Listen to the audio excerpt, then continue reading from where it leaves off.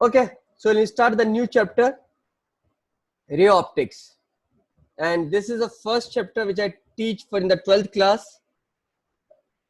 इस चैप्टर को मैं इजी भी बोल सकता हूँ, इस चैप्टर को मैं टफ भी बोल सकता हूँ, जो जैसे तुम्हारी मर्जी हो तुम इस चैप्टर को वैसे ट्रीट कर सकते हो। मैं इस चैप्टर को इजी इसलिए बोलता हूँ तो इसमें सारे क्वेश्चंस फॉर्मूला बेस्ड होते हैं। सो अगर तुमने फॉर्मूले ढंग से याद कर लिए तो सारे क्वेश्चंस हो जाएंगे। मैं इस चैप्टर को टफ इसलिए बोलता हूँ क्योंकि इस चैप्टर में just a second. So this chapter is tough because it has lot of formulas and you have to remember all the formulas and then apply it. Okay, अगर तुमने फॉर्मूले याद कर लिए तो इजी हो जाएगा और अगर तुमने फॉर्मूले याद नहीं किए तो टफ हो जाएगा. Okay, but if you remember or mugged up all the formulas and you know how to apply it, you have to just practice one sheet.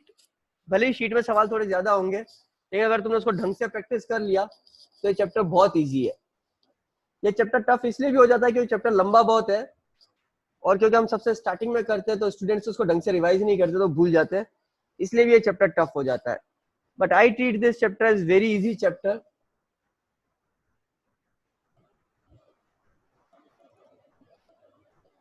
What we study is light. Light is basically electromagnetic wave, and the electromagnetic wave, the aspect of this we study in the chapter which is known as electromagnetic waves. So when we study this branch of electromagnetic wave, light, electromagnetic waves में सारी waves आ जाती है, उसमें जब हम light को study करते हैं we call it as wave optics. Sorry, we call it optics. अब optics में if we treat light as a ray or as a beam, that is when we treat that light is traveling along a straight line, then we study this in the ray optics. But when we say that the light will spread in the medium in all the directions, if we study light from that perspective, then we study this as a wave optics. So light has basically dual nature. It has particle nature as well as wave nature. And in the wave nature, we study light when it's traveling along a straight line under ray optics. And when it spreads in the medium in all direction, we study in the wave optics.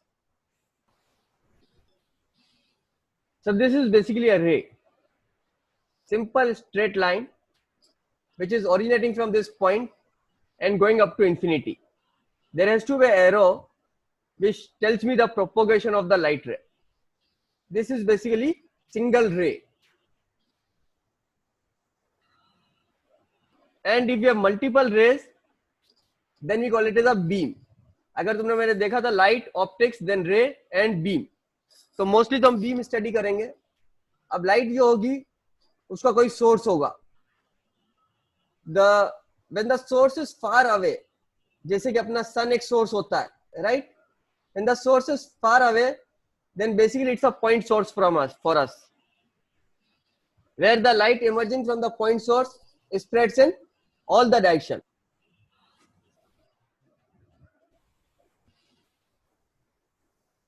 Okay. So what are the basic laws of ray optics? Ray optics के basic law पढ़ा रहा हूं. 3 law है. First is law of rectilinear propagation of light. Light propagates in a straight line in homogeneous medium.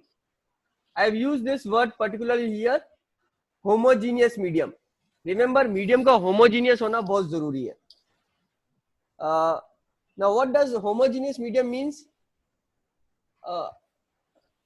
Can anyone tell me what does homogeneous medium means?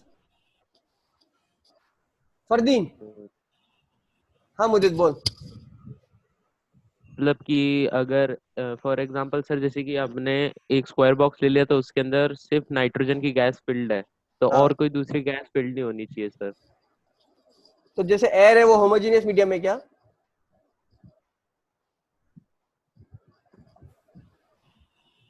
हाँ sir है हमेशा? हमेशा नहीं है जब तक उसमें डस्ट पार्टिकल्स नहीं है. नो. सर बट डिफरेंट, अगर जैसे कि सर मैंने अगर सर खूब सारी डिफरेंट डेंसिटीज ऑफ गैसेस ले ली तो मतलब, और रिफ्रैक्टिव इंडेक्स का भी सर फर्क आता है सर, मेरे को जहाँ तक याद है 9th 10th में कुछ पढ़ा तो था ऐसा, तो ओके ओके, गुड डिपेंड होती है सर गुड लगभग गुड। 9th 10th का याद है, बहुत अच्छी बात है। कल जो पढ़ा था वो याद है? थोड़ा बहुत। Okay, so partly Mudit is right because he had used the right term. Fardeen बता सकते हैं उसने कौन सी राइट टर्म यूज की थी जिससे मीडियम होमोजेनियस डिफाइंड होता है?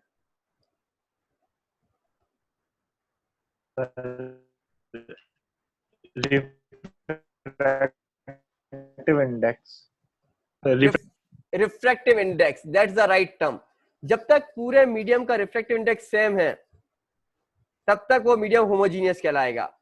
Okay, so for us air is also an homogeneous medium even though it's considered different gas. जब तक पूरे एयर का रिफ्रैक्टिव इंडेक्स सेम है वो होमोजेनियस मीडियम होगा। एंड इट्स नॉट नेसेसरी कि वो हमेशा होमोजेनियस मीडियम हो। लाइक जब एयर में टेम्परेचर ग्रेडियंट होगा, जैसे जो एयर जमीन के पास होती है गर्मियों में वो गर्म हो जाती है, और जो जमीन से ऊपर होती है वो ठंडी हो जाती है। उस केस में because refractive index also depends upon the temperature, तो उस केस में एयर होमोजीनियस मीडियम की तरफ बिहेव नहीं करेगी। बट ये बहुत लेटर पार्ट में स्टडी करेंगे जब में मिराज होता है ना, mirage formation where it gives the illusion of the water in the deserts. That is all because of this heated air जहाँ पे refractive index अलग होता है। So now everyone is clear what does homogeneous medium means?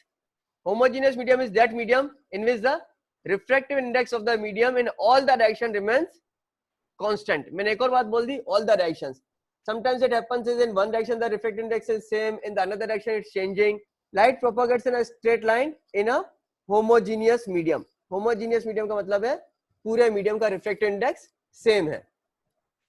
Law of independence of light rays,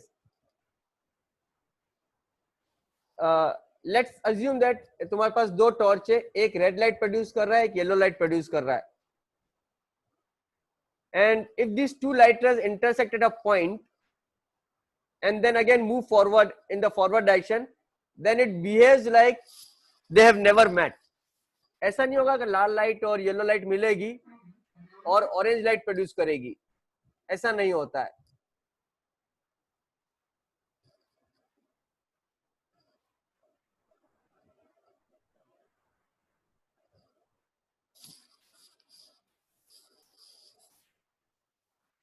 for example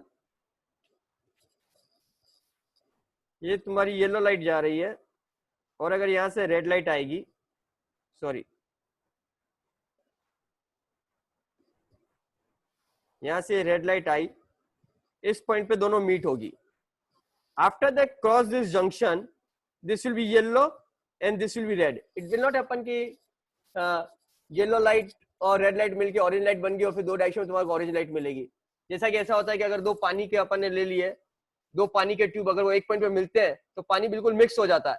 फिर आगे जब forward उस point के जंक्शन से आगे मूव होगा तो मिक्सचर ऑफ वाटर मूव होगा। लाइट के केस में ऐसा नहीं होता। Light behaves independently, so they do not disturb each other when they meet. Is this clear? And law of reversibility of light rays, ये सबसे important line है, very important, and this single line helps us to solve many questions. And in fact examiner का favourite line है ये, हमेशा इस line पे question बनाते हैं और एग्जाम में आ ही जाता है। It says that rays retrace their path when the direction is reversed. इसका मतलब है अगर लाइट पॉइंट ए से पॉइंट बी जा रही है on any path, I don't know which path it will take, वो हम बाद में डिस्कस करेंगे कौन सा पाथ लेगी, but when light reaches from point A to point B via some path, then it will again return from point B to point A via same path, reverse करके उसी पाथ से वापस आएगी, किसी दूसरे पाथ से नहीं आएगी। Is that clear? लाइट जब A से B एक पाथ से जाती है तो जब वापस रिटर्न होती है B से A तो उसी पाथ से आएगी, किसी दूसरे पाथ से नहीं आएगी. What I mean to say is, let's assume कि ये मेरा पॉइंट ए है और ये मेरा पॉइंट बी है, और लाइट यहां से जाएगी और यहां पे वापस आएगी. तो ए से बी अगर लाइट ऐसे पहुंची है, तो अगर उसको बी से वापस ए आना है, it will just reverse the direction and travel along the same path. It cannot take this path when returning back. Returning back में ये path नहीं ले सकती है. Is this clear? जिस पाथ से वो A से B जाएगी, रिटर्न में उसी पाथ को रिट्रेस करके वापस आएगी. Now मैंने जो डायग्राम बनाया था ना A से B जाने का, है ना, स्ट्रेट लाइन पे नहीं ले गया था. A से B किसी दूसरे रास्ते से ले गया था. तो जब लाइट पॉइंट A से पॉइंट B जाएगी, which path it will take? Shortest time का सर.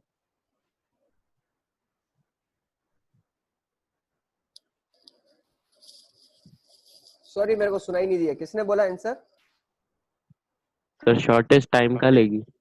शॉर्टेस्ट टाइम का लेगी. ओके, इसने मुदित ने पहली बार में सही आंसर दे दिया. Light doesn't move from point A to point B on the direct path joining it. Okay, it will move from the point A to point B such that it take the shortest time to reach from that point to another point. लेकिन suppose करो एक ही medium है ना, एक ही medium है, homogeneous medium है, then it will always be a straight line from point A to point B because that will be the path of the shortest time. लेकिन अगर वो multiple mediums को cross करके जाती है, then it will not travel along the straight line. It will travel along that path in which will take the shortest time. So ये जो aspect है of finding the shortest time, इस concept को तुम लोग मैकेनिक्स में भी use कर सकते हो. जिन लोगों ने रोड ऑफ सॉल्व की होगी उनको याद है, रोड में एक सवाल है, कार पे एक आदमी जा रहा है रोड पे, फिर वो रेगिस्तान में टर्न लेता है, फिर एक पॉइंट पे जाता है, and then in what shortest time it will reach that point. That question is very lengthy if you solve by differentiation, but if you use this concept of light travels along the shortest path in going from point A to point B, same concept can be applied to solve that problem. मैं तुम लोगों को सिखाऊंगा जब हम लोग इस concept पे आएंगे. So, 3 laws जो हमने स्टडी किया अभी. Law of rectilinear propagation of light, that is light propagates in a straight line in homogeneous medium. Law of independence of light rays, rays do not disturb each other upon intersection. And law of reversibility of light rays, rays trace their path when the direction is reversed. Remember, point number 1 and point number 3 are very important point when we solve the problems.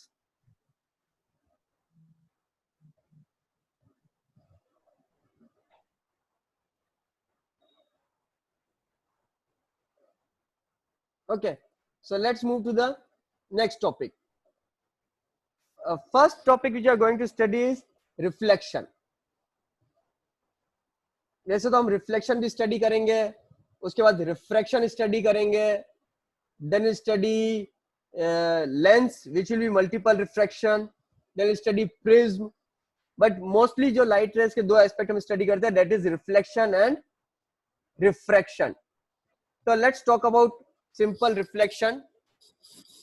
When a light ray strikes the surface separating two media, a part of it returns back in the initial medium. किसी भी surface पे जब light रे strike करती है तो 3 phenomena होते हैं. Part of the light ray return back to same medium, part of the light is absorbed by the medium, and part of the light is transmitted अगर मीडियम के पीछे कुछ और है तो, या अगर सिर्फ 2 मीडियम की बाउंड्री है, then part of the light ray return back into the same medium and part of the light ray goes into the second medium. Then the light rays which return back in the first medium, this phenomena is known as reflection. अगर reflection बिल्कुल smooth surface से होता है, जो कि generally हमारे mirror होते हैं, they are like polished, Okay, then we call it as a regular reflection. और अगर रिफ्लेक्शन किसी रफ सरफेस से होता है, like it's not plain and smooth, then this reflection is known as diffused reflection. हम लोग diffused reflection तो कुछ ज्यादा स्टडी करेंगे नहीं, just for the definition we have studied this term.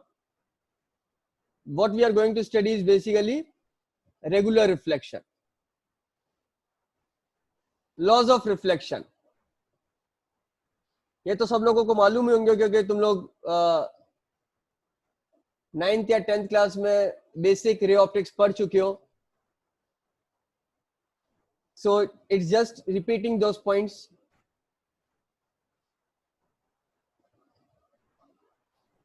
First is the incident ray, जो मेरे इस फिगर में लेफ्ट में है, the reflected ray, जो मेरे इस फिगर की राइट वाली रे है, and the normal to the reflecting surface at the point. ये जो पॉइंट है ना, O पॉइंट, यहाँ पे इंसिडेंट रे है, रिफ्लेक्टेड रे है and normal to the surface.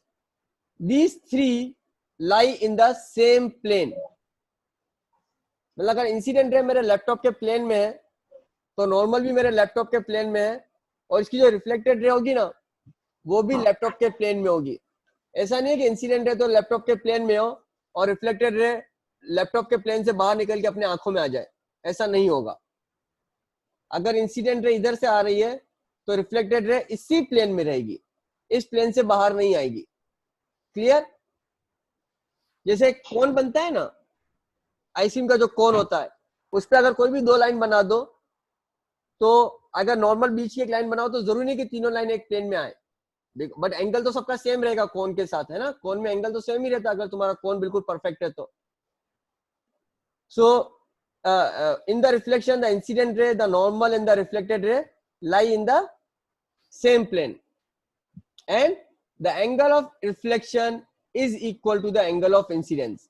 तो यहाँ पे जो मैंने angle of incidence I बनाया है, angle of reflection R बनाया है, then angle I is equal to angle R. Angle I क्या है? This is the incident ray makes with the normal, and angle R is the reflected ray makes with the normal. Laws of reflection तुम लोगों को मालूम होंगे, so I don't have to spend much time on this. Some points to which you have to note about laws of reflection. These two laws are also valid for curved surface. हम basically curved surface से भी reflection पढ़ेंगे.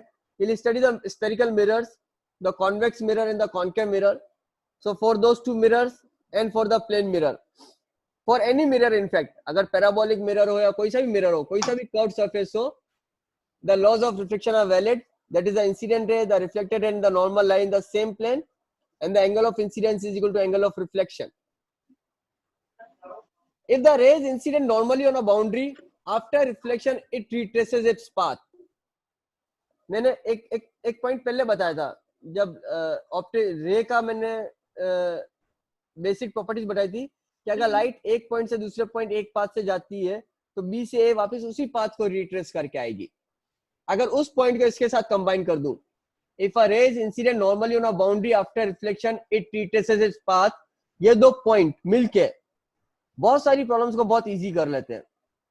ये दोनों point जब मिल जाते हैं तो बहुत सारी प्रॉब्लम्स बहुत इजी हो जाती है, और एग्जामिनर का फेवरेट रहता है ये सब्जेक्ट. घुमा फिरा के इन दोनों पॉइंट्स को क्लब करके वो बहुत ही अच्छी प्रॉब्लम्स बनती है और बहुत इजी होती है एक्चुअली. और अगर तुम इस पॉइंट को भूल जाओगे तो प्रॉब्लम टफ हो जाएगी. So remember, light retraces its path, और रिफ्लेक्शन में अगर पाथ को रिट्रेस करवाना है तो अपने को क्या करना पड़ेगा? Light has to fall normally on the surface. For example,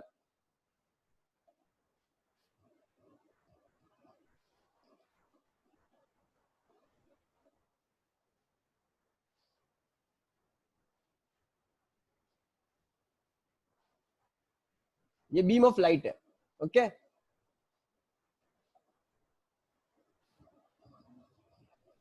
and I take a mirror, plane mirror. ये देख लो तुम. What I am seeing is light reflect हुई, और because the light is incident normally on the plane mirror, light is reflected back in the same direction. अगर मैं mirror को tilt कर दूं तो इंसिडेंट रे और रिफ्लेक्टेड रे का एंगल सेम है, बट लाइट ने अपना पाथ रिट्रेस नहीं किया है। लाइट को अगर अपना पाथ रिट्रेस करना है तो क्या करना पड़ेगा?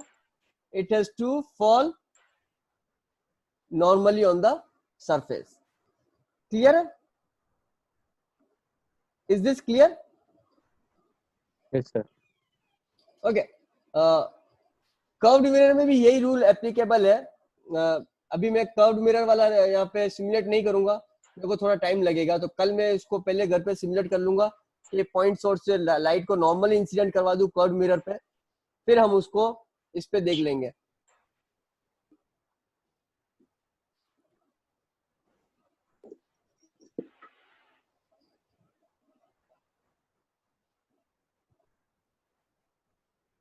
कहाँ गया मेरा presentation?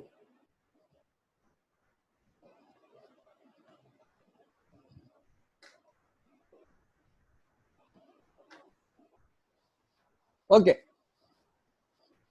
Grazing incidence in case light strikes the reflecting surface tangentially. जैसे मिरर है और बिल्कुल उसको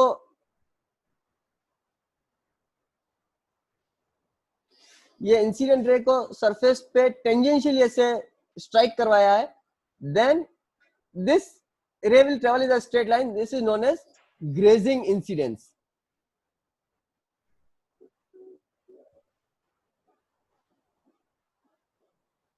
रिफ्लेक्शन में कुछ फिनोमिना है जो वेव से रिलेटेड है, उसको स्टडी कर लो। फ्रीक्वेंसी लाइट की कभी चेंज नहीं होती है, रिफ्लेक्शन के केस में उसकी वेवलेंथ भी चेंज नहीं होगी और फ्रीक्वेंसी भी चेंज नहीं होगी। रिमेंबर, क्योंकि मीडियम चेंज नहीं हो रहा है, स्पीड एंड वेवलेंथ जो है ना वो मीडियम पे डिपेंड करेगी। तो अगर लाइट दूसरे मीडियम में चली गई होती, तो जैसे तुम लोग वेव्स में पढ़ चुके हो 11th क्लास में, वेवलेंथ और स्पीड चेंज हो जाती है, फ्रीक्वेंसी तो चेंज नहीं होती है। लेकिन रिफ्लेक्शन के केस में neither frequency nor wavelength nor speed, तीनों में से कुछ भी चेंज नहीं होगा। हाँ, इंटेंसिटी जरूर चेंज हो जाएगी, क्योंकि जब लाइट रिफ्लेक्ट होकर वापिस से मीडियम में रिटर्न होती है तो कुछ लाइट दूसरे मीडियम में चली जाएगी, सो इंटेंसिटी डिक्रीज हो जाएगी रिफ्लेक्टेड रे की। और अगर इंटेंसिटी डिक्रीज होती है तो एम्पलीट्यूड भी डिक्रीज होता है, बिकॉज इंटेंसिटी और एम्पलीट्यूड का रिलेशनशिप है intensity is proportional to square of the amplitude. Remember this result, intensity is proportional to the square of the amplitude. There is a phase change of pi if reflection takes place from the denser medium. ये तुम लोग 11th class में भी waves के chapter में कर चुके हो। अगर वेव रेयर मीडियम से रिफ्लेक्ट होती है, there is no phase change, and if it reflects from the denser medium, there is a phase change of pi. ये सब रटने वाली बातें हैं, and I see कि few students are taking the notes, बाकी सब लोग नोट्स नहीं ले रहे।